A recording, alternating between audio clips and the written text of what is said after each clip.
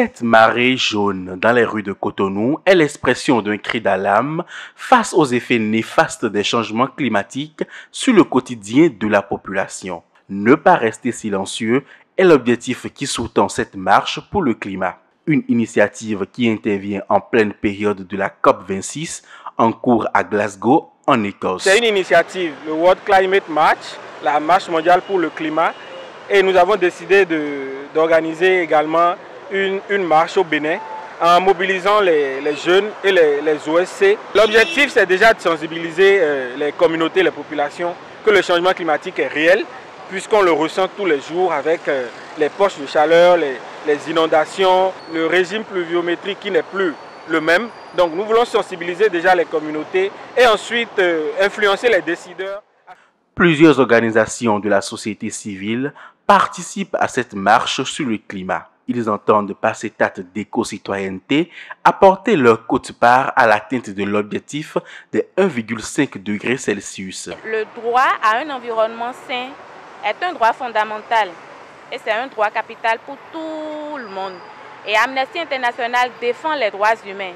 Aujourd'hui, personne n'est sans savoir les dangers que nous courons pour le dérèglement de la nature.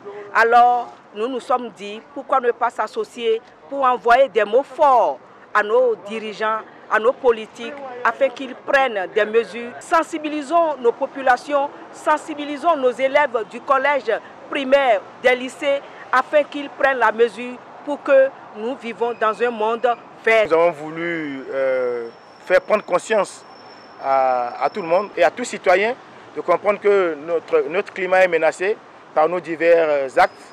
Et donc nous devons poser des actes quand même assez convaincants pour pouvoir mieux entretenir cet environnement. Sur 1,5 km, les jeunes ont scandé leur slogan dans les chants et les danses avant de chuter au ministère du Cadre de vie et du Développement durable.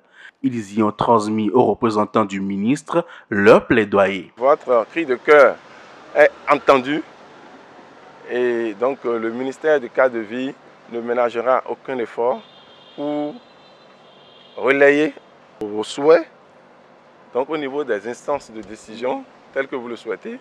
Les changements climatiques impactent fortement la vie des habitants de la planète Terre. Il est impérieux que les différentes parties s'entendent pour que des décisions concrètes et pertinentes émanent de la COP26.